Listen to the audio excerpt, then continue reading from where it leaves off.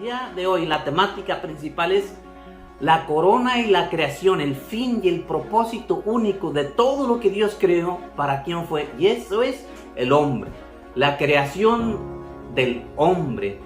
¿Y qué es la creación del hombre? Ya veremos ahí. Génesis 1:17 comienza diciendo así: y las puso Dios en la expansión de los cielos para alumbrar la tierra.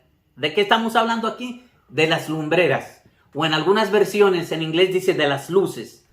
En español sería lumbreras. Para señorear en el día, versículo 18. Para señorear en el día y en la noche. Y para separar la luz de las tinieblas. Y vio Dios que era bueno. Versículo 19. Y fue la tarde y la mañana el cuarto día. Versículo 20. Dijo Dios: produzcan las aguas seres vivientes y aves que vuelen sobre... Hay una coma ahí. Seres vivientes. Y después de la coma dice: y aves que vuelen sobre la tierra en la abierta expansión de los cielos. Versículo 21. Y creó Dios los grandes monstruos marinos y todo ser viviente que se mueve, que las aguas produjeron según su género, y toda ave alada según su especie, y vio Dios que era bueno. Versículo 22. Y Dios los bendijo. Está la primera bendición: fructificad y multiplicaos y llenad las aguas en los mares y multiplíquense en las aves en la tierra. Verso 23. Y fue la tarde y la mañana el quinto día. Verso 24. Luego dijo Dios: produzca la tierra seres vivientes según su género, bestias y serpientes y animales de la tierra según su especie. Y fue así. Del versículo 20 al 23, Dios envía su palabra y manda que las aguas produzcan los primeros seres vivos de las aguas. Esto sería todos los seres vivos que puedan existir en los mares: las ballenas, los peces, los tiburones, los mariscos, los pescados, los camarones. Todo lo que usted pueda pensar que existe en el mar, Dios manda que las aguas los produzcan. También en estos versículos del 20 al 23, 3 versículos, Dios manda a que se creen las aves en la tierra. Entonces no se dice que las aves salen de las aguas, pero es muy interesante entender que fue con el conjunto de todos los seres vivientes de las aguas que también las aves que vuelan sobre los espacios de la tierra son formadas. Lo otro muy importante que hay que entender aquí, que por primera vez en la Biblia, aquí miramos la primera bendición de nuestro Señor a su creación animal en las aguas y en las aves. Y termina el versículo 24: y fue así. En otras palabras, una vez que Dios envía su palabra, es hecho, pasa y fue así conforme a los designios y la palabra de Dios. Versículo 25. Dice: e hizo Dios los animales de la tierra según su género, y ganado según su género, y todo animal que se arrastra sobre la tierra según su especie. Y vio Dios que era bueno. Cuando las cosas llevan su curso y van haciendo lo que la palabra de Dios dice que haga, Dios se complace en ver que su palabra es ejecutada de acuerdo a su mandato. Por eso termina diciendo: y vio Dios que era bueno. Después llegamos al versículo clave, que es la corona de la creación. Versículo 26, que dice: entonces dijo Dios: hagamos al hombre conforme a nuestra semejanza, y señoría en los peces del mar, en las aves de los cielos, en las bestias, en toda la tierra, y en todo animal que se arrastra sobre la tierra. En otras palabras, a nosotros se nos dio el dominio de poder ordenar, de poder agrupar, de poder decidir sobre toda la creación que se nos pone ante nuestras manos. Dice la Biblia en el versículo 28: y los bendijo, y estamos hablando del hombre y la mujer. Dice, versículo 27, para entender bien: y creó Dios al hombre a su imagen, a imagen de Dios los creó, varón y hembra. Varón y hembra. Aquí todavía no se les da nombre. Varón y hembra los crió. Y los bendijo Dios, versículo 28, y les dijo: fructificaos y multiplicaos, llenad la tierra y sojuzgarla, y señoread en los peces del mar y en las aves de los cielos y en todas las bestias que se mueven sobre la tierra. Entonces hay otro mandato que Dios le dio al hombre dentro del Edén, no fuera del Edén. Y ese mandato fue: fructificaos y multiplicaos. Y ahí voy a hacer una pequeña pausa, porque muchas de las veces nosotros llevamos por tradición y por historia el entender que el ser humano y la multiplicación de los seres humanos y el crecimiento de los seres humanos fue a partir del pecado de Edén y después. Y eso la Biblia no lo explica así. Aquí la Biblia explica que ese mandato Dios se los dio a Adán y Eva dentro del Edén. Por lo tanto, hay que entender lo siguiente: Dios quería que el hombre se multiplicara. Malaquías capítulo 2 y versículo 15 dice: ¿no hizo Dios a uno, habiendo en él abundancia de espíritu? ¿Por qué a uno? Y prosigue el verso: porque quería y buscaba una descendencia para Dios. Entonces, no había abundancia de espíritu en Dios, implicando que Dios, siendo eterno y siendo Dios, tenía abundancia de espíritu para hacer muchos hombres al instante. Pero el deseo de él era crear a uno para que él tuviera descendencia para Dios. Ese fue siempre el fin y el objetivo de Dios. Quiere decir que entonces Adán y Eva tenían su descendencia de hijos y hijas dentro del Edén, de acuerdo a Malaquías capítulo 2 y verso 15, y de acuerdo a Génesis capítulo 1 y versículo 28. Se les dio, versículo 29, toda planta y toda semilla que está sobre la tierra y todo árbol en que hay fruto y semilla os serán para comer. Entonces, grandes cosas ocurrieron dentro del Edén. Allí encontramos al Señor, 1, creando al hombre a su imagen y semejanza; 2, dándole bendición; 3, dándoles un mandato que se multipliquen; y 4, que el hombre iba a ser el Señor de todo aquel dominio que iba a tener. El versículo 24 al versículo 31 es donde nosotros empezamos a ver la creación de todos los seres vivientes. Esto incluye todo el reino animal que se mueve sobre la faz de la tierra, llegando así a un versículo muy exacto que es el 26. Ese versículo es la corona y el fin de la creación de Dios, y que es el hombre. Y la segunda palabra que está ahí es la palabra hagamos. ¿Qué dice ese versículo bíblico en Génesis?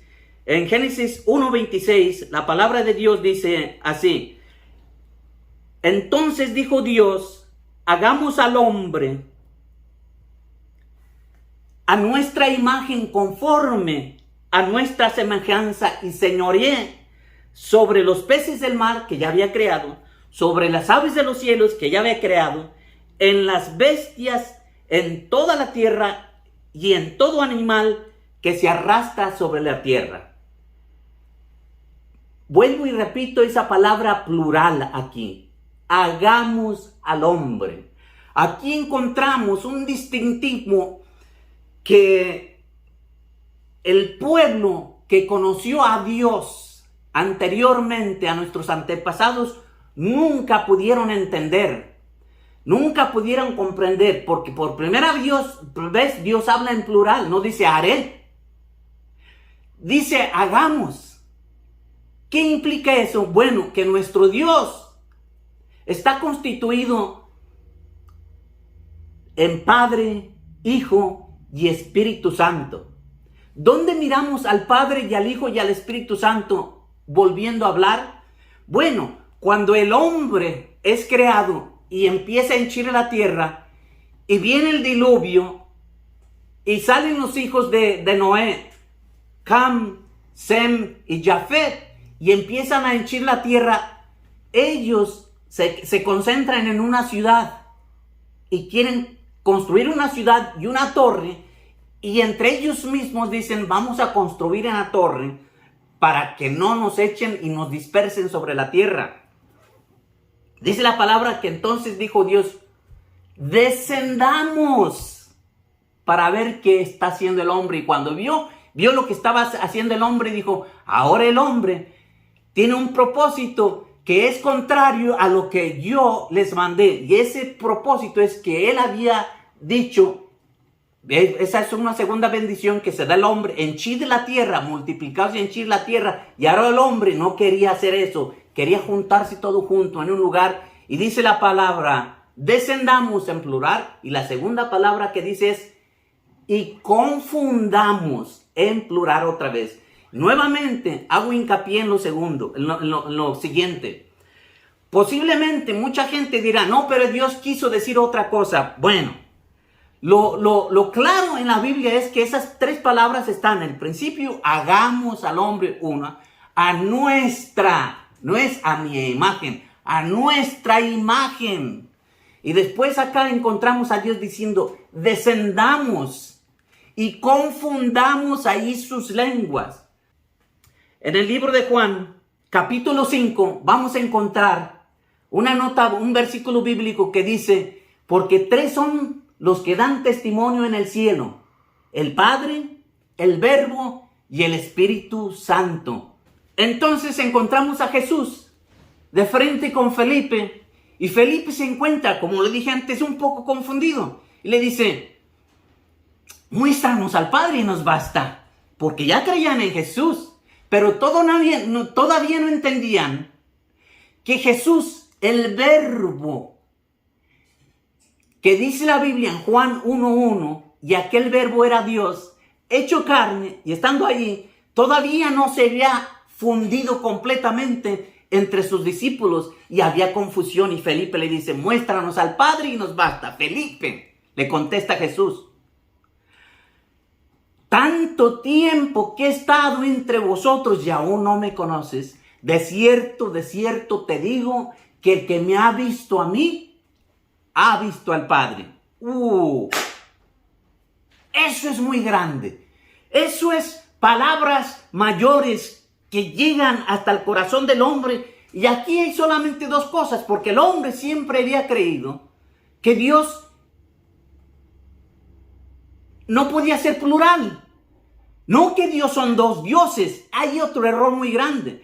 Porque aquellos que están en contra de estos dichos, de estas palabras bíblicas, dicen tres dioses. No tres dioses, un Dios fundido en tres maneras de ver las cosas. Incluso en el estudio anterior explicábamos que Dios tiene tres atributos. El primer atributo es la omnipotencia. Y en este caso la omnipotencia se atribuye al Padre. Todo lo puede, todo lo crea. El segundo atributo, que es la omnipresencia, se atribuye al Hijo. Porque es Dios en Cristo Jesús que se hace presente entre los hombres. La Biblia dice en capítulo 1 de Juan, y aquel Verbo se hizo carne y habitó entre nosotros. Y vimos su gloria. Gloria como la del unigénito Hijo del Padre. Y primera de Timoteo 1:16 dice, y grande es el misterio de la piedad. Dios fue revelado en carne. Entonces, todo esto cae como cubeta de agua fría sobre aquellos que no quieren oír o abrir sus oídos para oír lo que el Espíritu nos quiere decir a través de su palabra, y para no ver lo que Cristo hizo durante su ministerio. Porque Nicodemo vino a Jesús de noche en el capítulo 3 y verso 1 del Evangelio de San Juan, y le dijo, maestro, sabemos que tú vienes de parte de Dios, porque nadie puede hacer las cosas que tú haces si no está Dios con él. Entonces, por lo que él hacía, entendían que Jesús tenía que venir de parte de Dios. Lo único que faltaba es que entendieran que era Jesús mismo, Dios hecho carne. Cuando Jesús se encuentra con los fariseos y les dice, yo soy antes de Abraham, aquellos dicen, ¿cómo es que tú apenas con tu edad y dices que eres antes de Abraham? Cuando dijo yo soy, entonces ellos dijeron blasfemas, porque solamente uno en el Antiguo Testamento, hablándole a Moisés les dijo, yo soy, ellos sabían que el yo soy aplicaba solamente a Dios. Y ahora nos encontramos a Jesucristo, que es el yo soy. El yo soy lo aplicó en toda la Biblia. Él dijo, yo soy la puerta. Yo soy el pan de vida. Yo soy el maná bajado del cielo. Yo soy la resurrección y la vida. Yo soy la verdad. Yo soy el camino. Yo soy el buen pastor. Yo soy la luz. Encontramos al yo soy incrustado en la persona de Jesucristo, y eso le causó grandes problemas y por esto lo llevaron a la crucifixión. Entendamos muy claro eso, porque para ellos era una blasfema que alguien con cuerpo humano dijera yo soy. Y mucho más, él dijo, el Padre y yo somos uno. Entonces, este gran misterio, no antes revelado, lo encontramos en el capítulo 1 y verso 16 de Génesis, diciendo, hagamos al hombre a nuestra imagen. Cuando Juan Bautista bautizó a Jesucristo, la Biblia refleja y nos dice que cuando vino Jesús a bautizarse, vino el Espíritu Santo en forma de paloma y reposó sobre Jesucristo, y se oyó una voz del cielo que dijo, este es mi Hijo amado en quien tengo contentamiento, a él oíd. Después en el capítulo 2 del libro de Hebreos, la Biblia dice, porque a cuál de los ángeles dijo Dios jamás, mi hijo eres tú, yo te he engendrado hoy. Y otra vez prosigue en el mismo párrafo diciendo, tú, oh Dios, por los siglos de los siglos, hablando del Hijo, le llama a Dios al Hijo. Dios Padre le llama a Dios al Hijo en ese versículo bíblico. Después nos encontramos al Espíritu Santo obrando por primera vez con María. Cuando viene el ángel Gabriel y se le presenta a María, le dice, tendrás un hijo. Pero ¿cómo? Yo no he conocido hombre. Y humanitariamente se necesita la unión del hombre y la mujer para que nazca un niño. Sin embargo, como este ser santo y divino era por parte de Dios, dice la Biblia que el ángel le dijo a María, el Espíritu Santo vendrá sobre ti y quedarás embarazada y concebirás un hijo y será llamado Santo, Emmanuel con nosotros. Entonces José, turbado y confundido, porque a veces nosotros no entramos en la dimensión en que tenemos que entrar con Dios, José se confundió, dijo, no, eso no es posible, humanamente no es posible. Entonces dice la Biblia que dormido José vino el mismo ángel Gabriel y le dijo, no temas en recibir a María como tu mujer, porque lo que en su vientre hay es concebido por el Espíritu Santo. Ahí miramos al Espíritu Santo obrando por Dios Padre, que lo mandó para que nazca y el Hijo se transforme en carne en el vientre de una mujer que 9 meses después nace. Y cuando nace, viene al templo y viene un viejito por primera vez a recibirlo y a recibir la bendición de poder mirar en carne al Dios viviente hecho en carne. Bienaventurados aquellos pastores a quienes se les presentó el ángel diciéndoles, hoy ha nacido en Belén el Rey de Reyes y Señores. Bienaventurados los ojos de aquellos magos del oriente que vinieron desde muy lejos a traerle presentes y adorarlo en Belén. Bienaventurados todos aquellos que tuvieron la dicha de mirarlo en carne. Entonces, regresando a Génesis 1:26, ahí encontramos exactamente la dimensión de las palabras que dice, hagamos al hombre, Padre, Hijo y Espíritu Santo. ¿Qué significa hagamos al hombre? Uno, está hablando Dios. Dios Padre, Hijo y Espíritu Santo. Y ahí en ese instante decide hacer el hombre a su imagen y semejanza. Que a su imagen y semejanza ya tenemos entonces hecho al hombre, Dios y el hombre.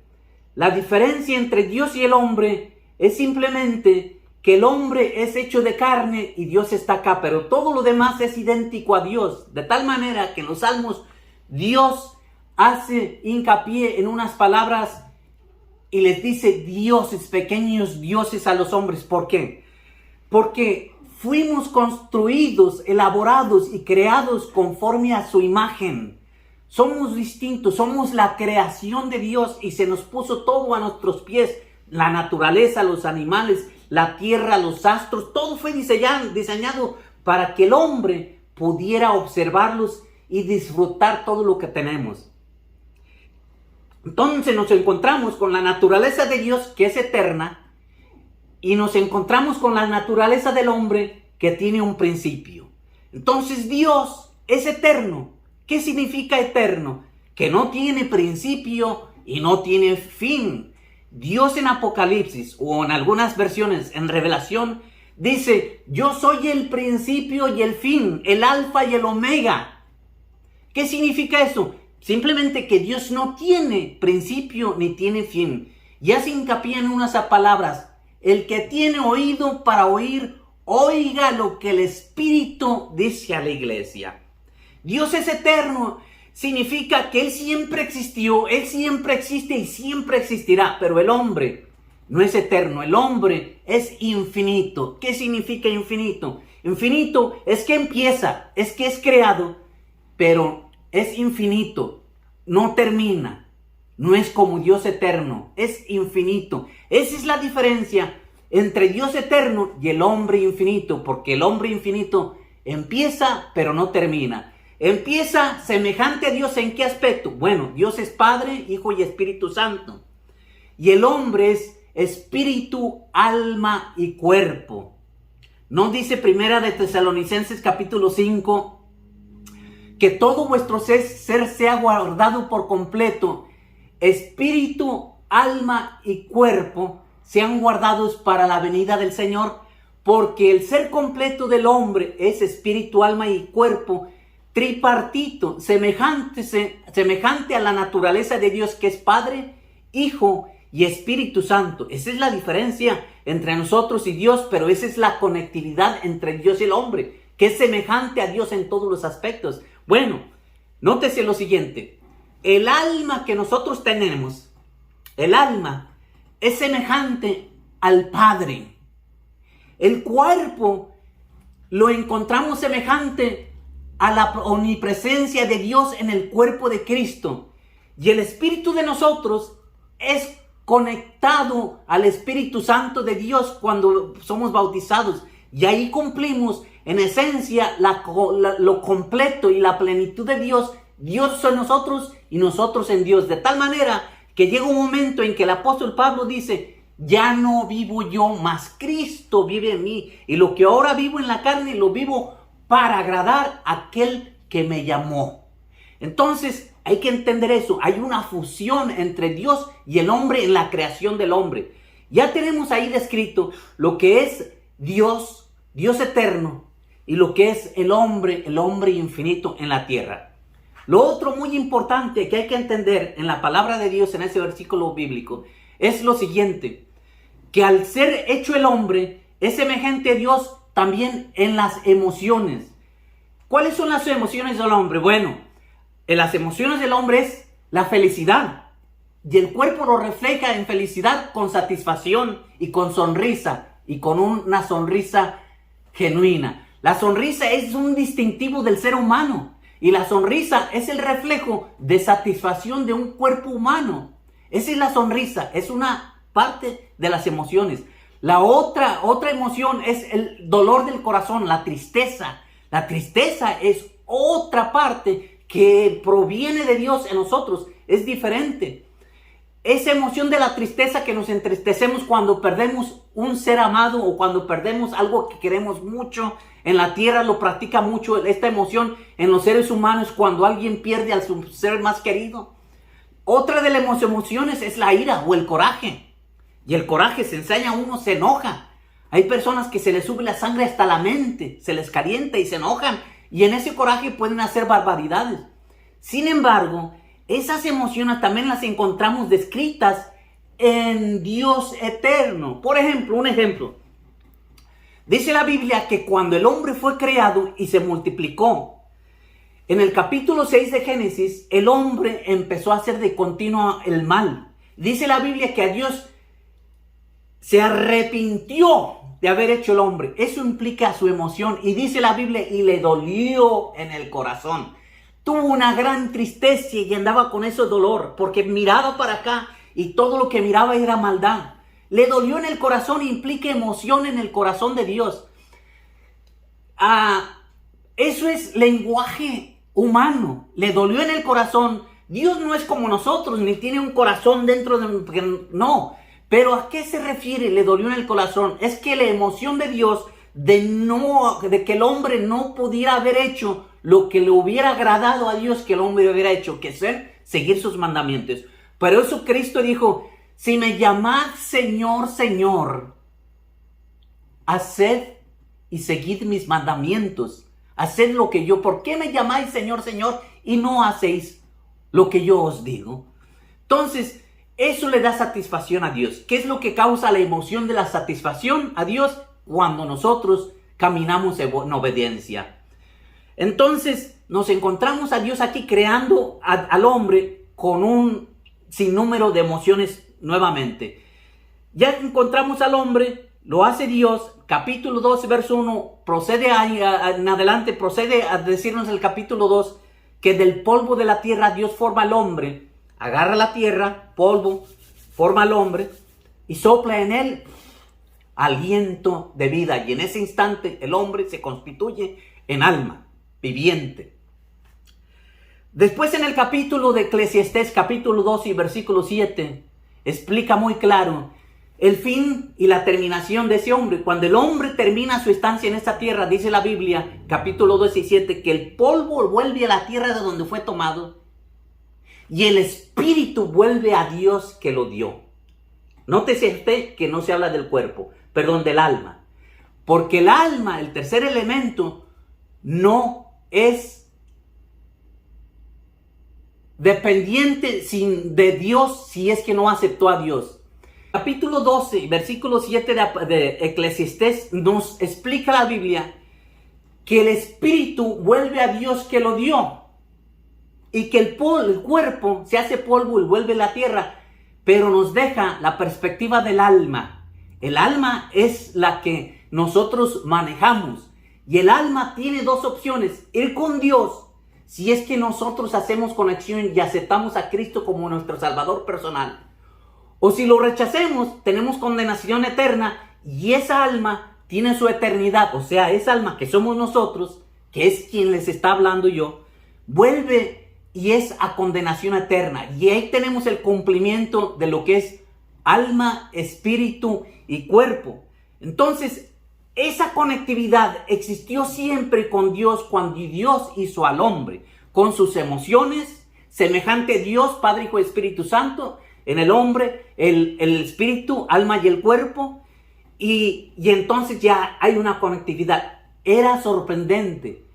El hombre vivía en santidad para Dios en el jardín de Edén una vez que fue hecho, disfrutando de todo lo que Dios había creado, todo a disposición de él. No le faltaba nada. Y entonces procede la Biblia a decir que Dios creó un huerto en el oriente y en ese huerto hizo crecer todo tipo de árbol frutable y agradable para comer. Y en medio del huerto plantó dos árboles. Nótese aquí, el árbol de la ciencia y el bien y el mal, el árbol del conocimiento, porque ciencia significa conocimiento del bien y el mal, y el árbol de la vida. Y el Señor les dijo: de todo árbol podéis comer, pero solo de uno no pueden comer.